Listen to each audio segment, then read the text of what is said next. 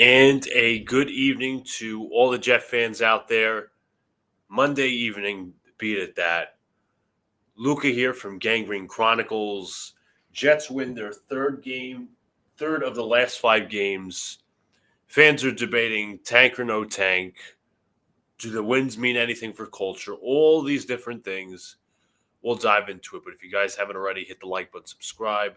So I'm going to throw a background here, turn the notification bell so when I go live or drop a new video. Might have a guest on today, depending on what he's going on with. Might have some family stuff to do. And we're going to debate this whole tank thing. And obviously, we're going to talk about how well the Jets have played or how well the Jets played yesterday in their win against the Atlanta Falcons. Nick Folk with the game-winning field goal from long. Kind of reminiscent of the field goal he hit about, 12 years ago against the Atlanta Falcons in Atlanta. So there's a lot to unpack. Was it the greatest game? Absolutely.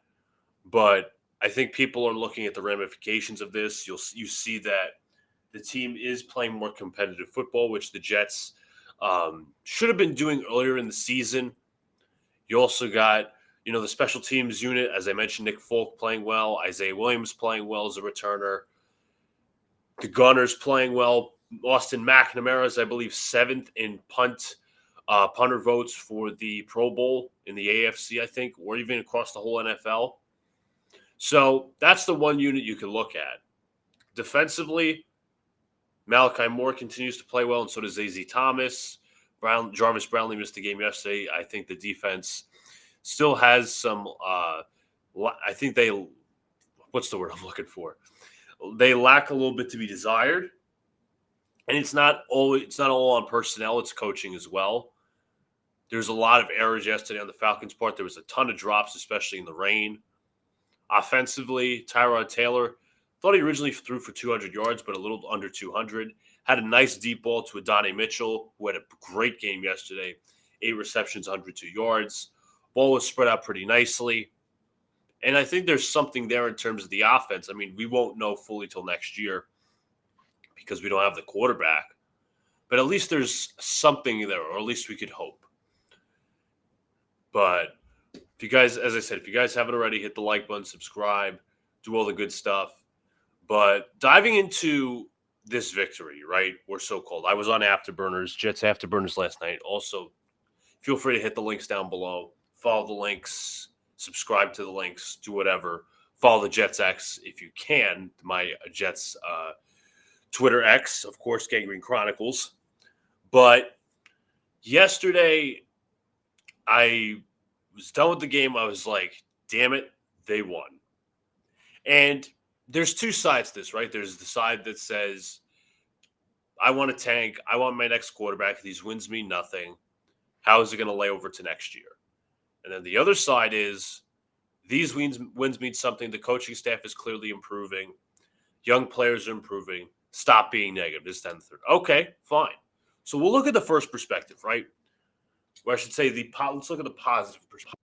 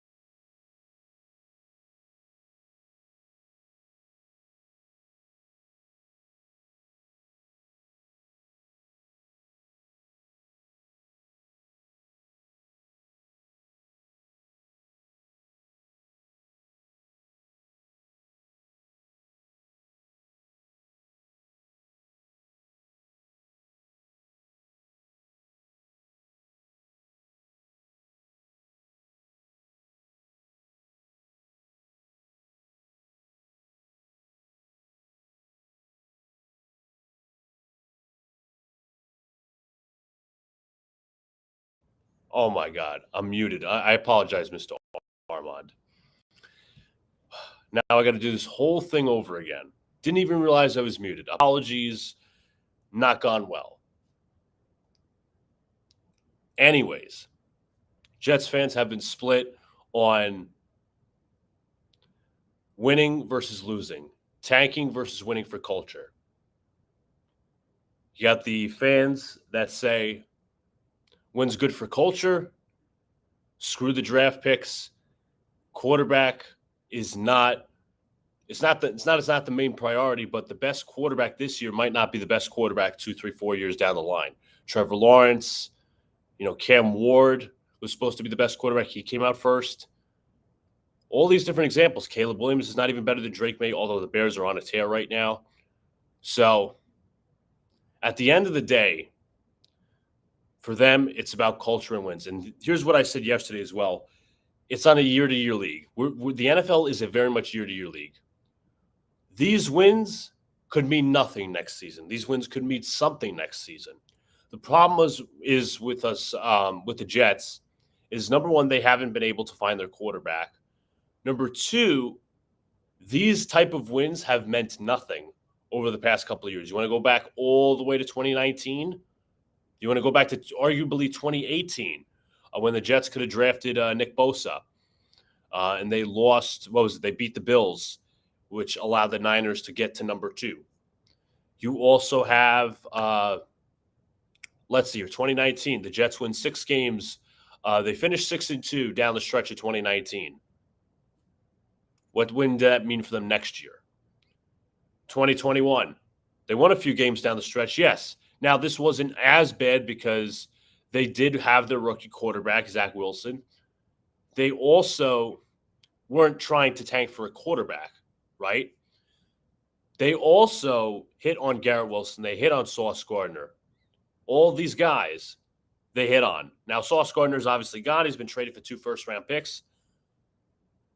But they hit on those picks. Jermaine Johnson. But you look at it and say, okay, you look at all those draft picks, but the problem was 2022, what happened? The Jets collapsed and lost 6 games in a row. That was the main issue. So I understand the hesitancy from fans to say, you know what, I don't know if I trust these types of wins because they've never been sustainable. Once again, the NFL is a year-to-year league. You don't know what's going to happen next year. You don't know what's going to happen the year after, or so on and so forth. Look at 2023, right? Another example of meaningless wins. The Jets beat the Texans with C.J. Stroud. All the fans are happy. Oh, this win means something. We're 1 game away from getting Aaron Rodgers back. Then we're going to go to the playoffs, this, that, and the third. And then what happens? The Dolphins the Jets lay a complete egg against the Miami Dolphins. I think the loss was like 30-0, if I'm not mistaken. Zach Wilson gets taken out after the first half, I think it was. He had like some sort of injury. Benched for the rest of the year. Then you had the Commanders' victory, which gifted them Jaden Daniels, although he's been hurt this year, very good last year. And then you have the Patriots, who are currently playing right now. Drake May. We handed them Drake May. So it's like you have to tread lightly when talking about specific examples of these meaningless wins or what these culture wins mean. My problem is as well, the Jets have something like 20 to 30 odd free agents. They're going to have a lot of holes next year. You're winning with players that won't be here next year. Is Tyrod Taylor going to be here next year? Is Tyler Johnson going to be here next year? Is Michael Clemens going to be here next year? Is Andre Cisco guaranteed, hasn't played for a while because he's been hurt. Fine. Look at all these different guys. Isaiah Oliver, more so because of depth. But that's my biggest problem. You're not winning with guys who are going to be here next year. If you see young players like Adonai Mitchell play well, that's fine. Or John Mechie, or Garrett Wilson. Garrett Wilson being hurt, obviously. Tony Adams, here's another one. Not going to be here next year. Lazard, not going to be here next year. Simpson, not totally sure. It's a possibility he could resign, but he hasn't played nearly as well as most people thought. Josh Reynolds not going to be here next year. Breece Hall is still up in the air. His AAV market value is estimated around $10 million. Josh Myers is not going to be here next year unless he's depth. I mean, there's a decent sector of players like Jeremy Ruckert who's not going to be here next year. Tua Felling, not going to be here next year. Jasir Taylor, not going to be here next year. There is a decent chunk of Jets free agents that are not going to be here next year, or at least some fans don't foresee re-signing.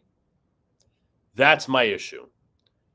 So we've covered the positive angle of this win with the Falcons. The coaching staff is improving. The quarterback, the best quarterback right now might not be the best quarterback in a few years. Players are improving. Adonai Mitchell, John Mechie, young players in the defensive side of the ball, Azariah Thomas, those guys, right? I should also mention Malachi Moore playing well. But I think that's the main issue because we've seen the problem is, as Jet fans, we've seen so many meaningless wins. And we've also seen so many instances of the Jets not play. And it's a very common stereotype, but it also, as I apologize 1 second. I apologize, but what I was saying was these type of meaningless wins we've seen before on so many occasions that we don't know what's meaningful. The stereotype is the Jets win when the season's basically over. The Jets lose when the games actually mean something. Like earlier this year. They could have beaten the Broncos. They could have beaten the Steelers. They could have beaten the Bucs. They could have beaten the Dolphins. That's 4 wins right there the Jets could have had. What are they, 3 wins now? They could have easily have 4, but it's none to the point. 7 wins could have been. Could have been, must I say. So it's, once again, as I say, the NFL is a year-to-year league on so many fronts. Do these wins mean anything next year? Well, next year, this point in the season, December 1st, 2026, will we be looking at last year and saying, wow, those wins actually meant something with the players that were playing well, like the Adonai Mitchells and the John Mechie's, Breece Halls, Malachi Moore, Azariah Thomas? Were those guys playing well and that eventually led to their progression the next year? Or is it going to be one of those scenarios like, wow, those wins really didn't mean anything because we didn't get our quarterback or we didn't get the quarterback that we wanted? And the problem is, too, as I might have said when I was muted, I don't trust the quarterback class this year. Not completely. There's only 2 guys I like. That would be Dante Moore from Oregon and Fernando Mendoza of Indiana. And now Mendoza did not play well versus Purdue. Fair. But also he's going to have a big game against Ohio State this weekend, and I believe it's the Big Ten Championship. We got to see what Dante Moore does in the playoffs.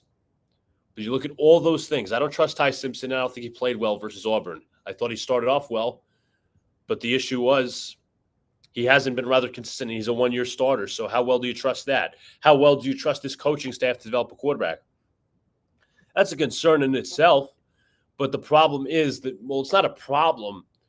The Jets regime is going to have to draft a quarterback. They're not going to rely on these savvy veteran free agents, or maybe they trade for somebody.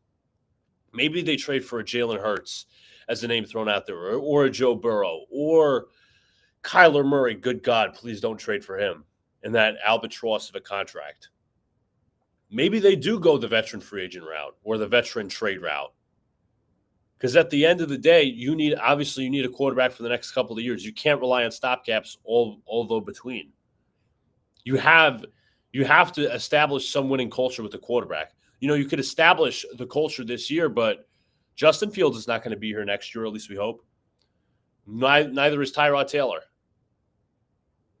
What kind of winning culture are you setting? That's why I'm questioning whether it's sustainable or not. Next year, if you win with a guy like Fernando Mendoza or Dante Moore, or you trade for a guy like Jalen Hurts, now absolutely unrealistic, of course, but you look at that and like, okay, that is definitely sustainable because this guy's going to be here for the next couple of years. The culture starts with the quarterback. and I'm obviously when I say I'm not for the Jets winning games, I'm cognizant of the fact that Aaron Glenn is coming back next year. I know Vinny's in the chat. I'm going to hit this comment up uh, regarding Darren Muji. But I'm cognizant of the fact that Aaron Glenn's going to be back next year. You could argue I wanted him fired midway through the season. I was like, wow, this is disastrous. But we got to see what happens next year. I mean, yes, once again, I'm cognizant of he's going to be back next year. I think the trades that were made for sending away Sauce Gardner and Quinn Williams all but confirmed that. I think he's gotten better with his answers to the media. I think that the wins are coming. But it's all about next year, too, because let's just say the Jets don't draft a quarterback next year for some crazy reason, and they sign a veteran free agent, or I say, as I just mentioned earlier, they trade for a veteran free agent or a veteran quarterback, should I say. You're expected to be in the playoffs next year. None of this, it all has to be right by 27. The Jets have to be playoff contenders by 28. No. I've mentioned it 12 times before. We've seen quicker turnarounds. The Jaguars turning it around. The Eagles. You could argue the Bears. Let's see. The Texans. There's so many examples. I mean, the Rams. Hell, go back to 2017. Jared Goff, rookie to second year, from Jeff Fisher to Sean McVay. It's about the right head coach, too. That is the two important variables for this New York Jets squad, or the two constants that are very, very much important for this team to finally turn the ship, the miserable 15-year journey to going back to the playoffs. Because obviously they will miss the playoffs this year. So next year, if they draft a quarterback, I'm expecting them even then to be competitive. Because I get it. I know there's going to be bumps in the road with a new quarterback. I am completely cognizant of that. If you win if you lose it's one thing if you lose certain games because of a rookie quarterback making mistakes. Oh, he cost you a game by throwing 3 interceptions. He cost you a game by fumbling late in the game and you lost. He fumbled. He threw an interception, bad pass, whatever. If you lose games because of a rookie quarterback, that's one thing. That's just part of the development. He's not going to be a great quarterback in one season. I'm cognizant of that. I keep repeating that. But if it's one of those things where you're losing games, one-score games because of coaching, that's definitely a concern. Or players not getting better. That's on coaching too, not just the players. Next year, if it turns out to be a scenario like the Giants where they have pieces, you saw how the Giants built up their defensive front this year. Abdul Carter, Brian Burns, Kayvon Thibodeau. They have a very good defensive line room. You know what the problem is? They didn't have a good defensive coordinator who they eventually axed. 4 majorly blown leads against the Lions, against the Bears, against the Seahawks, excuse me. Cowboys. I think I'm missing one. The Broncos. I don't know if I mentioned the Broncos. Might have said that twice. Let's see. Cowboys, Broncos, Bears, Lions. There we go. That's 4. And they were all by double digits. You know why?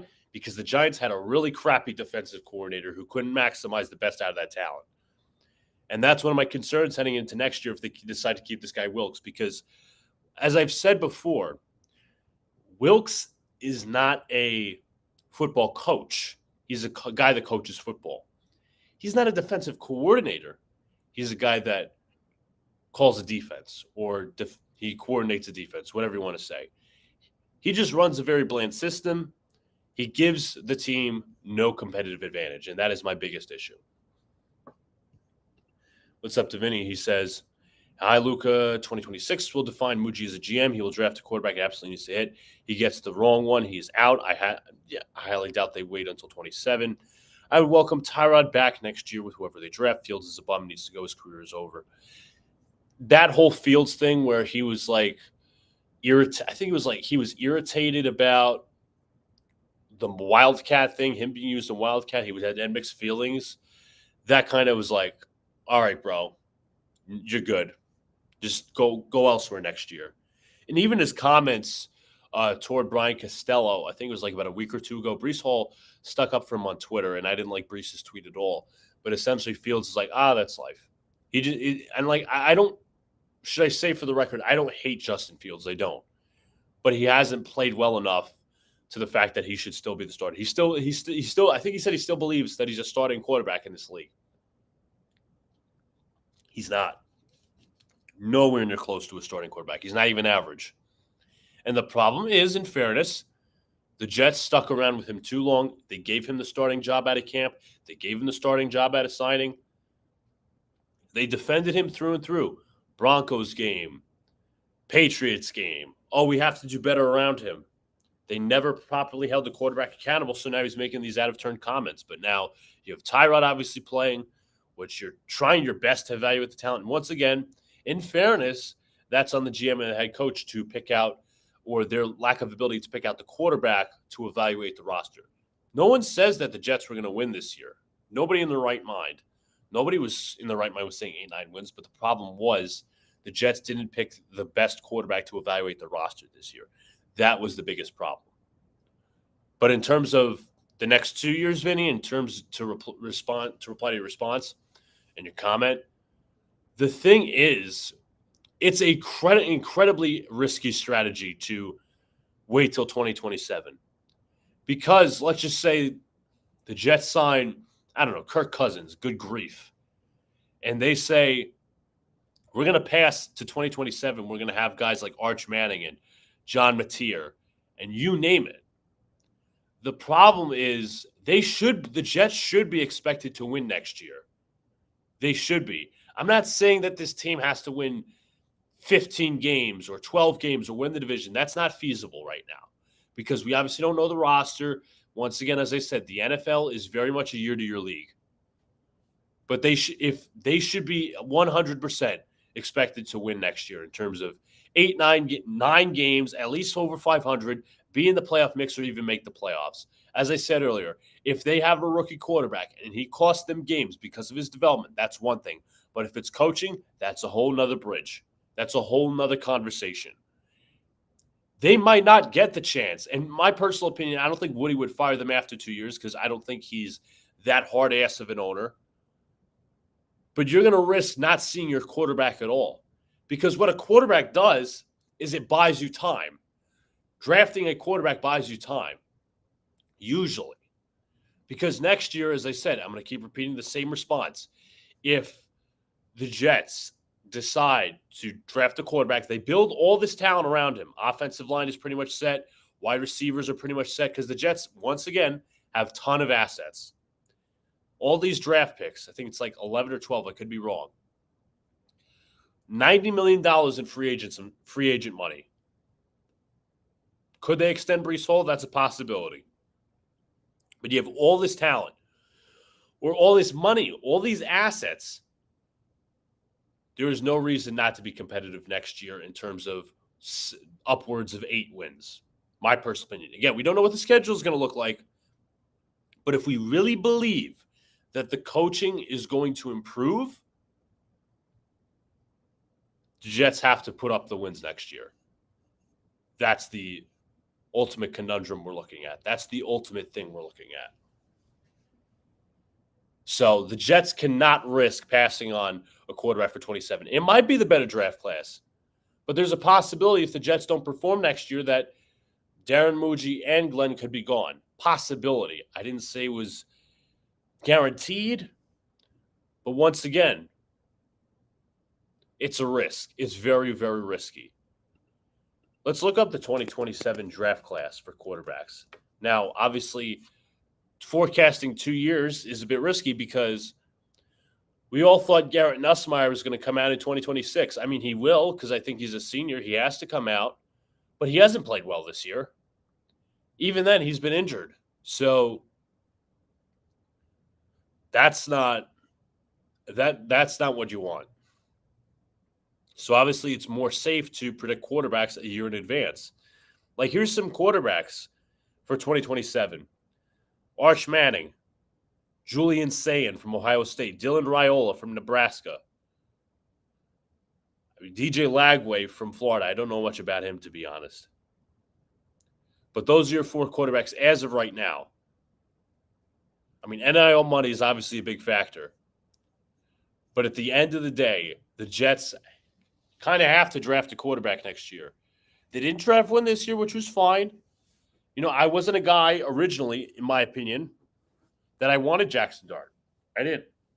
I saw red flags with him. He's playing well, which I'm proven wrong on. But obviously, it's not about 1 year with a quarterback. It's about years and years and years ahead. A guy could play phenomenal in year one, but he could stink in year two, year three, and never be the same. I mean, look at C.J. Stroud. He took a bit of a regression. He was in trade rumors a little bit. I mean, they could have been engagement farming reasons, but overall, he hasn't played well, and he's been hurt. So, as I said, the NFL is a year-to-year league. Next year, they have to draft a quarterback, and I want them to draft the best quarterback. And going back to the whole argument, which, again, is a fair argument when people say the number one pick or the number one quarterback selected might not be the best quarterback. But we're also going based off what we know right now.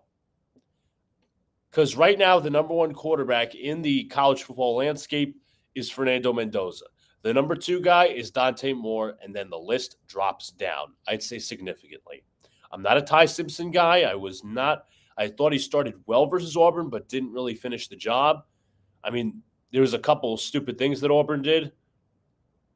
We'll see what he does in the SEC championship game. I think that is also going to be a big factor. He's a one-year starter, which is concerning. But there's only two guys I trust in the draft. And that's why us fans, us negative fans as they call us, are like, we got to tank. We got to draft our quarterback. We got to get to the highest pick possible. That's the problem. Because there's only two guys we really trust that we've seen that's like, you know what? This guy can be good. Let me see if Lenore Sellers is a senior or a junior. Forgot about him too. He could really, if he's a junior, let's see, he's young. He's actually younger than me. Sophomore. Okay, he's probably going to be out in 27. That's another quarterback that could be out in 27. But once again, as I say, it's a risk. But as it currently stands, the best quarterback coming out is Mendoza. The second one is Moore. I want the Jets to get the best quarterback because I want him to be able to overcome adversity. I want him to be able to play with good talent and overcome some things on the coaching staff. Because once again, do we trust? Well, we're going to have to trust. Do we trust the Jets to decide? Do we trust this Jet staff to draft a quarterback, identify a quarterback, evaluate the quarterback, draft and develop the quarterback, put the right pieces around it? We don't know. But simply, they're going to get their opportunity. That's the idea. That's what's going to go on. So I'm going to show you guys two clips real quick. I'm going to pull it up on my X account. Also, real quick, I'm going to get into the stats from the Jets-Falcons game just to go over a little bit.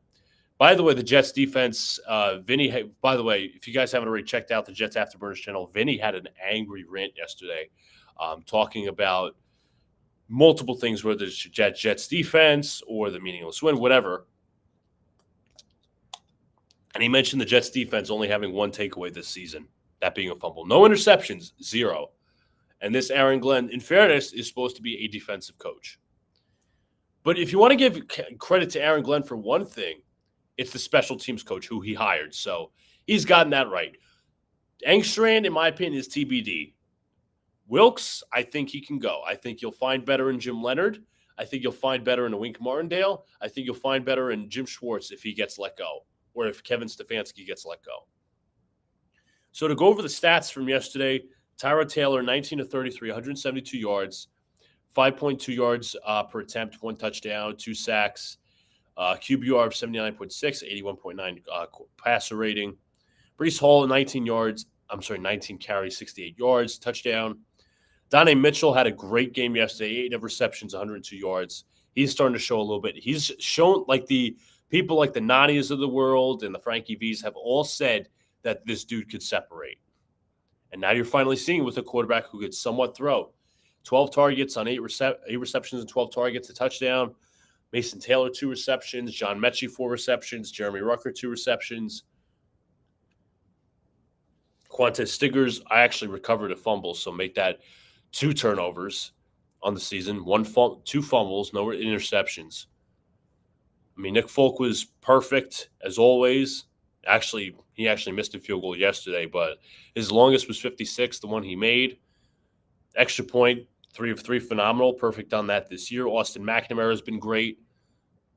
But I'm going to pull up a Frankie V video, and we're going to listen to his take on who the Jets should draft, or his take on the win yesterday. I thought it was very interesting. Some people are not happy with the take. I'm pretty much in line with him. But we're also going to look over an article which talks about why the Jets fans are wrong on why they shouldn't be rooting for a draft pick. And once again, must I say, I will never tell anybody how to root, but it's right to ask, hey, why are you rooting for losses? Why are you rooting for wins? We can debate that intellectually and sophisticated wise. We can debate those things on an intelligent level. As long as it's proper discourse. So I'm going to pull this screen up and we're going to watch this from Frankie V.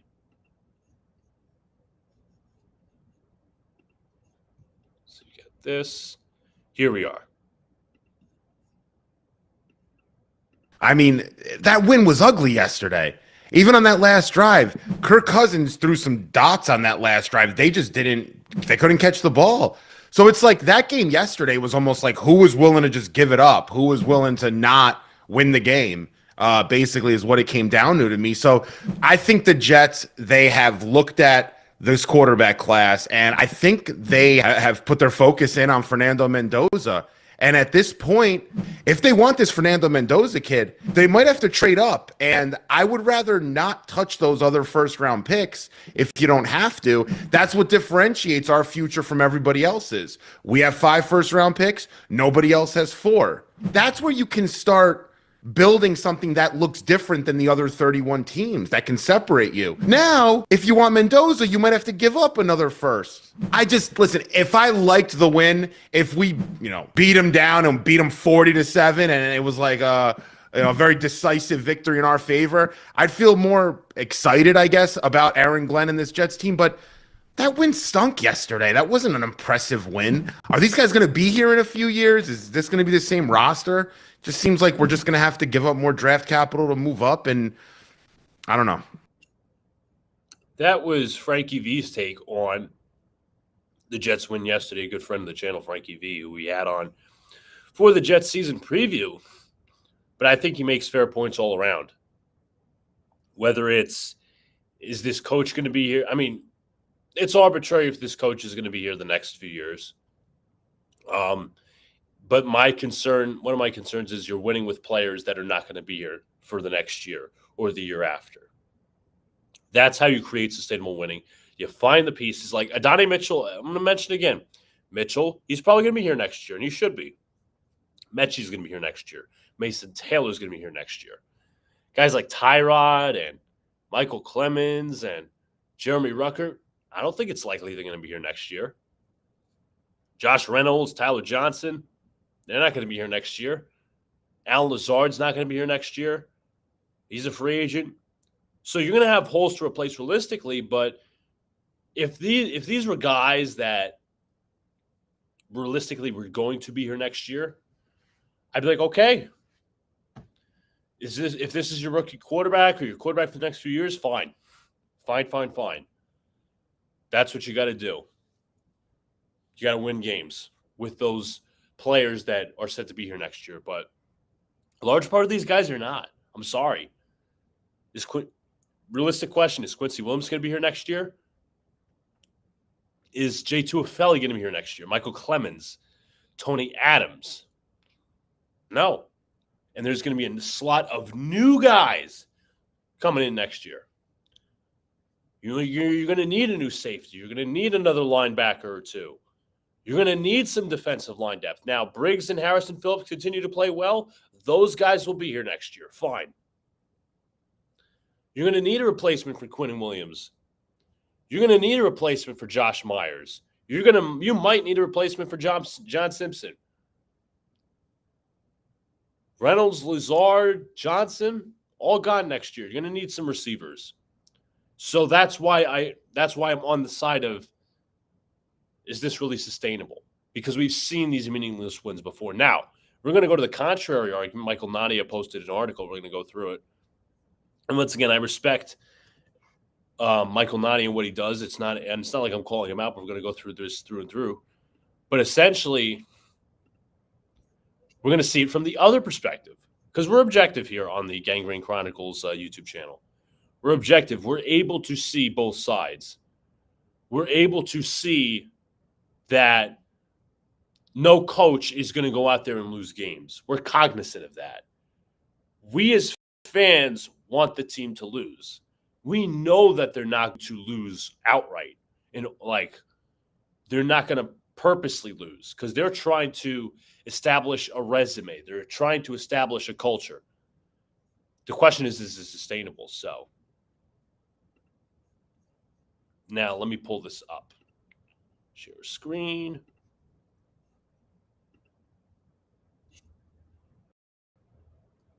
Here we are. Close out this tab and this tab. Here we are. Memo to Jet fans upset over a win. Here's why you're wrong. A decent segment of the Jets fans woke up grouchy on this victory Monday. The team entered Sunday in possession of the 4th overall pick in the 2020 draft with a chance to climb first with certain results. But after defeating the Falcons by a narrow score of 27-24, the Jets dropped 3 spots to 7th, their worst-case scenario in terms of draft order. And it's exactly why Aaron Glenn and the New York Jets needed to accomplish, even if it's to the chagrin of the pro-tank fans. The same fans who cursed their TVs when the Jets won a meaningless game will likely find themselves cheering in due time. And when it happens, it can be traced back to games like this one. Now, let me say this for the record. There's people out there saying, well, if they lost, you would be pissed too. Nah, I wouldn't. I wouldn't be pissed. I'd be like, okay, we're that closer to getting closer to the top of the draft order. Glenn, Jets are achieving what they absolutely had to. When the Jets started this season 0-7, it was incredibly difficult to find reasons to be optimistic future of the franchise under Glenn's leadership. It was the worst start for a Jets head coach in his shocking feat, given this organization has employed coaches like Adam Gase and Rich Kotite. Glenn putting himself in the daunting company with that type of start of the 17 NFL head coaches to lose their first 6 games with a new team since 1980. Just 4 of them eventually led their team to the playoffs. You can look at the examples. Dan Campbell, Kyle Shanahan, Zach Taylor, and Jimmy Johnson. Now, Jimmy Johnson's a long ways away. A lot of people drawing the Campbell comparisons, but I'll draw those Campbell comparisons when we actually start winning games and make the playoffs next year. If and when, should I say. But you're seeing a lot of bad company here. Frank Reich with the Panthers, Brian Flores with the Dolphins, Hugh Jackson, Gus Bradley, you name it. Once Glenn added himself to this group, his mission statement for the rest of the 2025 season became clear. Build a case as to why Jet fans should believe that he can beat these odds. Glenn is getting it done. Of the 3 coaches in recent history to achieve success after starting 0-6 or worse, 2 of them made the most sense models for Glenn to emulate. Dan Campbell and Kyle Shanahan, while Zach Taylor also overcame a bad start, mainly happened because he lucked his way into Joe Burrow. There isn't much about Taylor as a coach that stands out. I would agree with that. The Bengals have never showed signs of light in Taylor's first season or even his second after Burrow was injured. Actually, his first season, if I'm not mistaken, was the same one that the Jets lost to the 0-win Bengals. The week of Thanksgiving, like a couple of days afterwards, the whole Adam Gase thing, but regardless, not the point. Let's scroll down. Campbell and Shanahan, though, started planting seeds for the future future success as soon as their debut seasons, even with their atrocious starts. Here's a look how Campbell and Shanahan started and finished their debut seasons: 0-8 to 3-5-1, 0-9 to 6-1. The Jets so far 0-7, 3-2 as of right now. During that, as I said, they won 3 of their last 5 games. Jets are on the right track. New York's point differential hasn't quite jumped as significantly as Detroit and San Francisco's did, as the Jets' 3 wins were close, combined plus 11, while their 2 losses were by double digits, combined minus 26. That being the Patriots game, as at least one of them, Improving in this category would make the Jets' future under Glenn look even brighter. However, it's important to note that the Jets' winless start was much more competitive than Detroit's and San Francisco's. Well, I'll say from my perspective, right? Steelers game was competitive. The Bills game was not competitive. The Bucks game was largely not competitive. They nearly got blown out at halftime. We were close. Dolphins game wasn't competitive for a short time, but Justin Fields proved not to be the answer, obviously. And there were some certain coaching things involved. The Cowboy game was not competitive at all. The Broncos game was competitive, although if you pull Justin Fields, I know fallacy, the predetermined outcome, ifs and buts. If you pull Justin Fields, I think Tyrod would have won that game. The Jets also could have won the Panther game. That was competitive. They won the Bengal game. They won the Brown game. They lost to the Patriots. So that's what you have there. And I'm probably forgetting. They also lost the Ravens by double digits. I should have mentioned that too.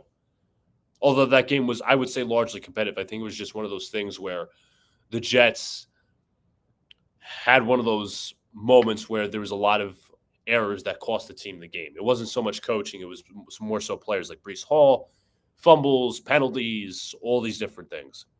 The Jets' next step for New York is to pick up some blowout wins. Luck is finally evening out for Jets in close games, as their one-scored game record has improved to 3-5 with 3 straight wins, but they're still 0-4 in games decided by multiple scores. For Glenn, it would send a promising message if he can manage at least 2 games where the Jets put everything together and run a team off the field. If the Jets can do that, their late season turnaround will start to resemble those built by Campbell and Shanahan. Campbell's Lions improved their point differential by 9.9 points per game after their 0-8 start. Shanahan's by 17 after 0-9, blah, blah, blah, blah, blah. Major caveat in Glenn's favor is pulling out without the 3 best players of the season. Garrett Wilson injured, Sauce Gardner, and Quinn Williams being traded. But the essential thing that Michael is pointing to here is point differential and close games. Now, let me say this for the record. I don't disagree with that. I understand where he's coming from. He's a little more analytically based. But also, I think that's also a problem with Jet fans, is not so much the analytics part, it's that they are viewing this year in a vacuum. The NFL is a year-to-year thing. It is a year-to-year league. And I've said that multiple times on this stream. What happens this year may not or may continue over to next year. That's the problem. You don't know if the Jets are going to continue to effectively win games next because of the improvements that they've made last year. Are the improvements that they made this year into next year, are they sustainable? That's I completely, and as I said, this is all objective thinking here. I understand where Michael is coming from in terms of point differential and things like that. And the comparisons to Campbell and Shanahan, those guys built success. They proved that they're overcoming in 1 year, like 2017 for Shanahan. Eventually, 2 years down the road, his team's back in the Super Bowl. You also have Dan Campbell. 2 years down the road, they make the playoffs. I believe the Lions were like 1 or 2 games short of the playoffs in 2022.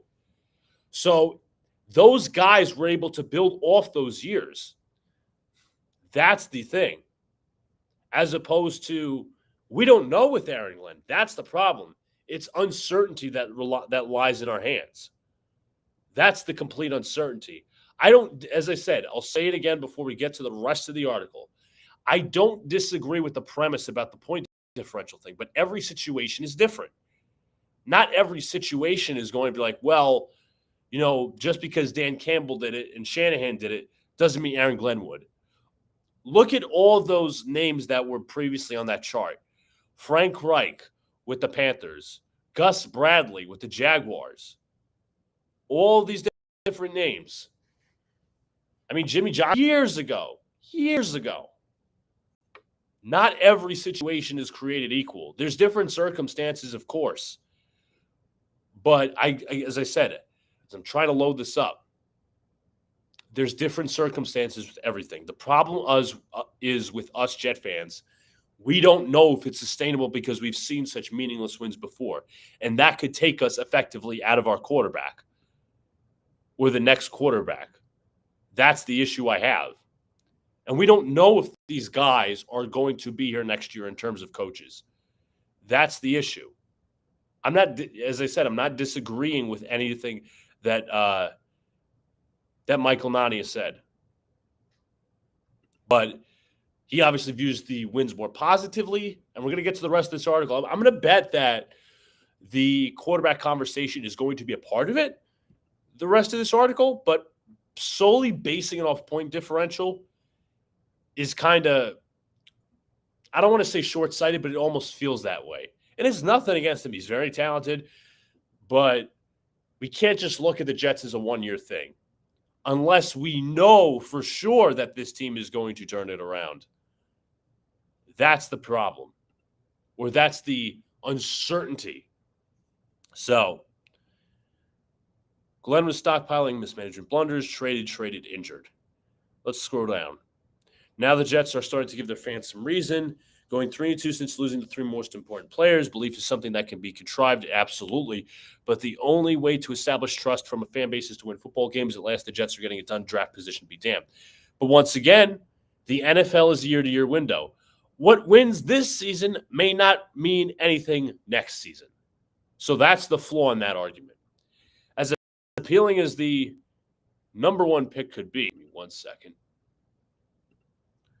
Why should Jet fans believe that the quarterback they choose with that selection would ever be successful in New York if the people drafting him were bad enough at winning games to land that pick in the first place? Well, that's an interesting perspective because let's look at that. Let's read that quote again. We'll think about it.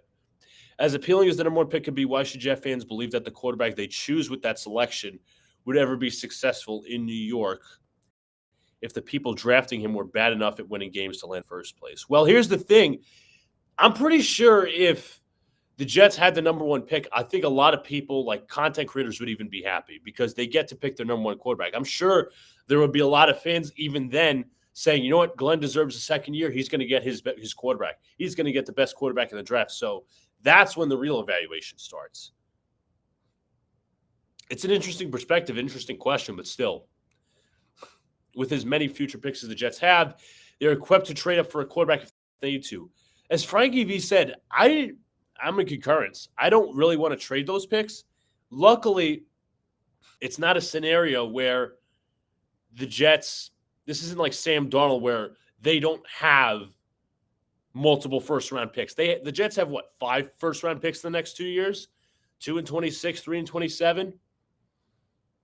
So you look at that. And the same thing with Darnold is they traded multiple mid-round picks. It was like 3 seconds if it was. And they didn't have enough to build around Sam. So luckily the Jets do have a little bit more of a war chest. So I'm not going to be mad if they trade up for a quarterback. Absolutely not. But I just, didn't want to be in that situation in the first place. For that reason, the Jets can win comfortable games in the short term without hurting their future to a significant degree. Still be ideal to draft a quarterback without sacrificing assets to do it. Exactly. It would be ideal to draft a quarterback without trading assets to do it. Just ask the Panthers.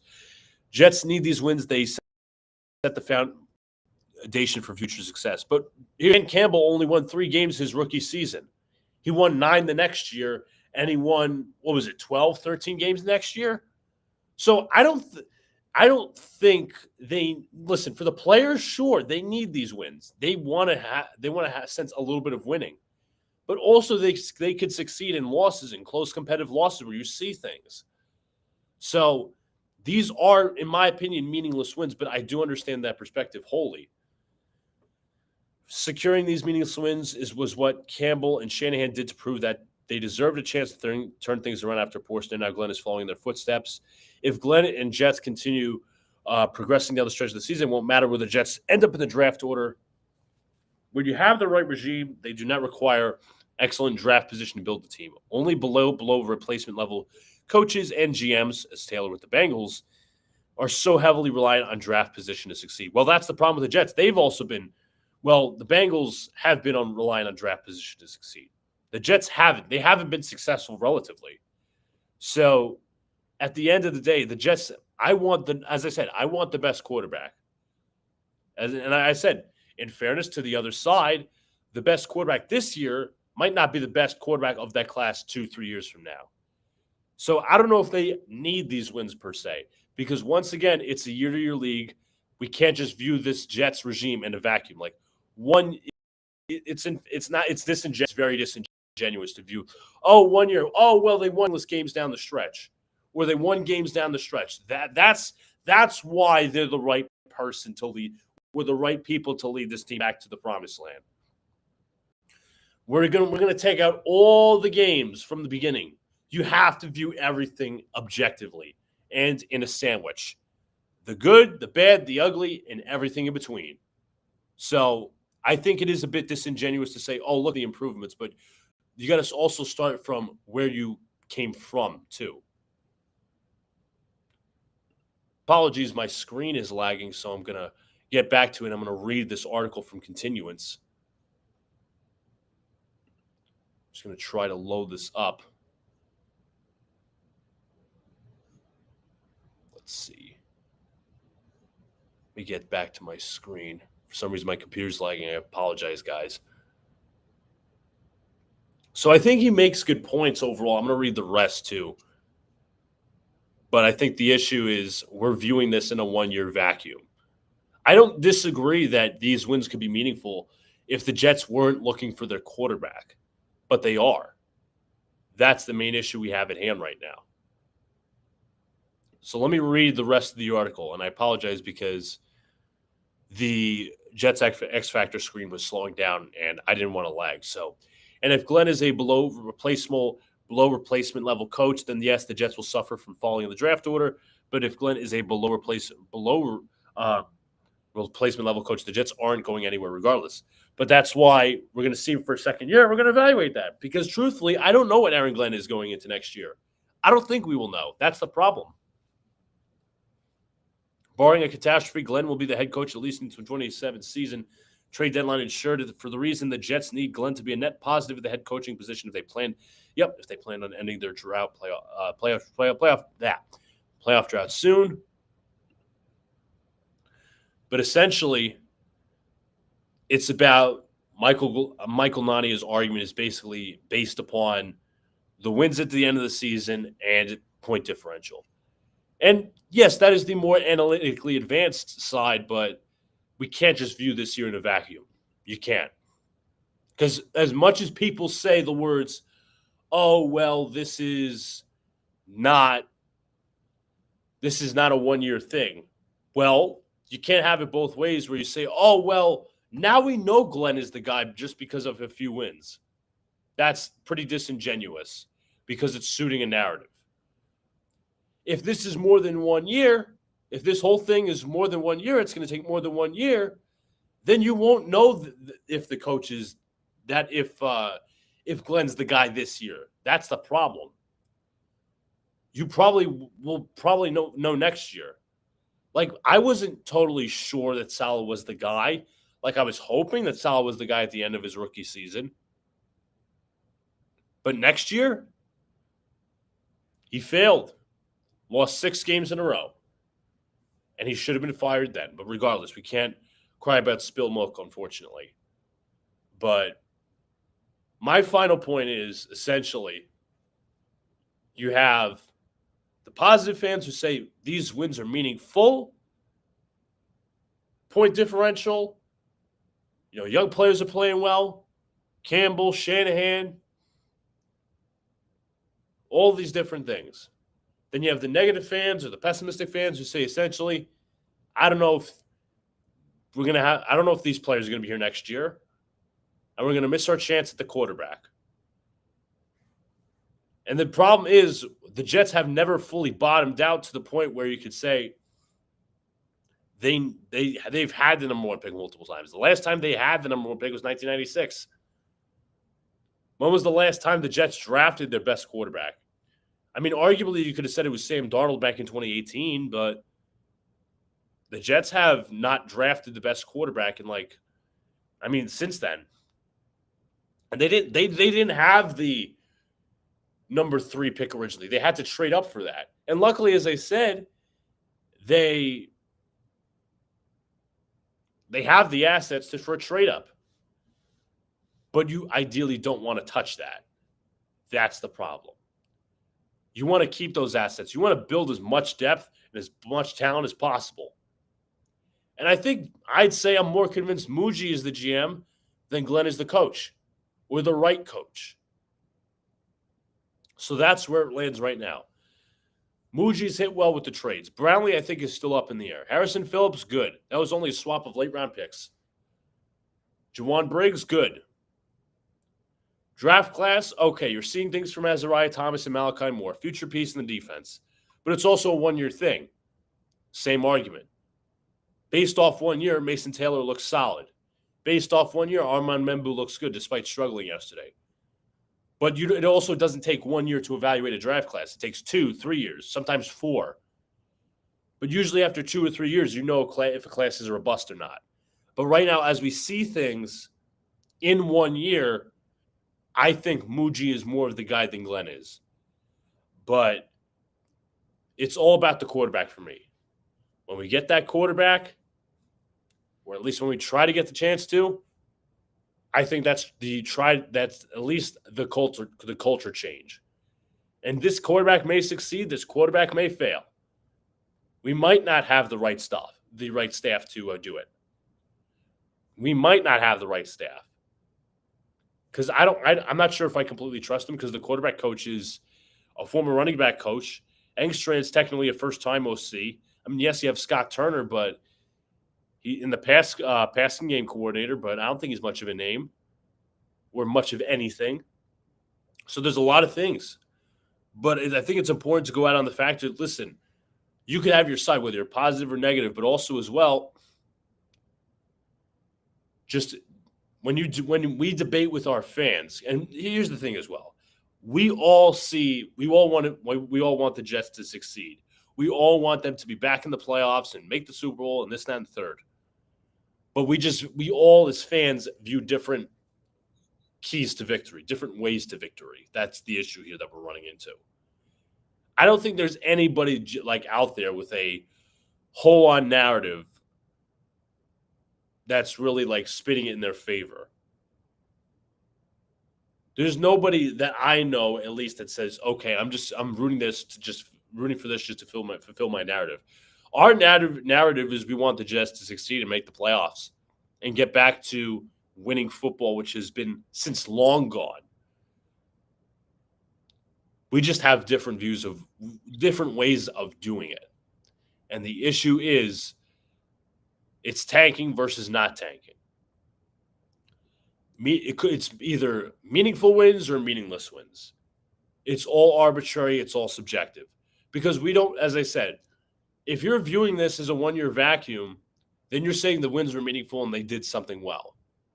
And that these wins are meaningful and the coaching staff is improving, so on and so forth. Let that translate into next year if this is so-called not a one-year thing. Because we can't just view this all in a vacuum. If this rebuild is not a one-year thing. That's my point.